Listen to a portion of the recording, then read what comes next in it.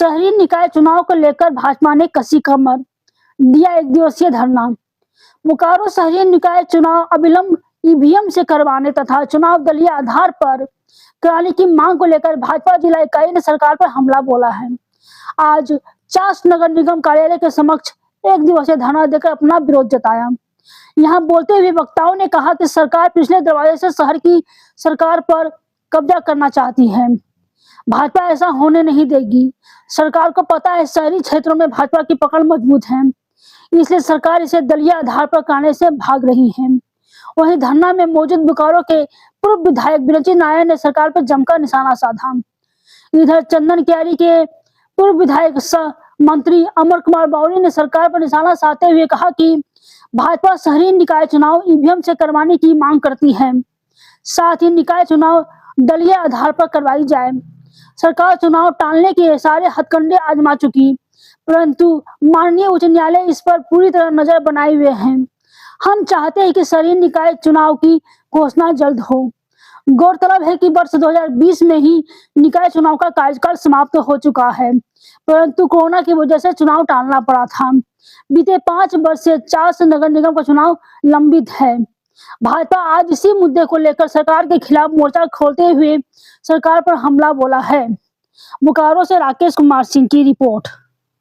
कार्यालय के सामने भारतीय जनता पार्टी के द्वारा दिया गया विशाल धरना इस बात का प्रमाण देता है कि हेमंत सरकार चाहे जितना भी अन्याय कर ले, चाहे जितना भी फरेब कर ले, अब उनको चैन से भारतीय जनता पार्टी के कार्यकर्ता बैठने नहीं देंगे। वो चोर दरवाजे से शहरी क्षेत्र में कब्जा चाहते हैं। भारतीय जनता पार्टी इसका विरोध करती है। मांग करते हैं कि ईवीएम के माध्यम से, जब 2 बार आपकी सरकार ईवीएम के माध्यम से बन सकती है, तो नगर की सरकार ईवीएम के माध्यम से क्यों नहीं बन सकती। ये सवाल इस धरना के माध्यम से भारतीय जनता पार्टी चास नगर निगम का कार्यकर्ता हेमंत सोरेन जी से जानना चाहता है। इतना दिनों बाद ये घोषणा हुआ है, ये इसको इससे मतलब ही नहीं है। उसको पता है कि शहरी क्षेत्र में भारतीय जनता पार्टी का वर्चस्व है, हो सके तो जितना हो सके टालो। ये तो हाई कोर्ट का डंडा चला है कि ये इनकी नींद खुली है, इनका बस चले तो अभी भी ये नगर निगम का चुनाव टाल दे। अगर ईवीएम से चुनाव कराने का विचार नहीं किया गया तो आगे आप लोग का क्या? हम लोग तो आंदोलन का रुख अख्तियार किए, इसीलिए तो धरना के माध्यम से सोई सरकार को जगाना चाहे। ठीक है। नगर निगम, नगर निकाय, नगर परिषद के चुनाव को लेकर के भारतीय जनता पार्टी सड़क पर है।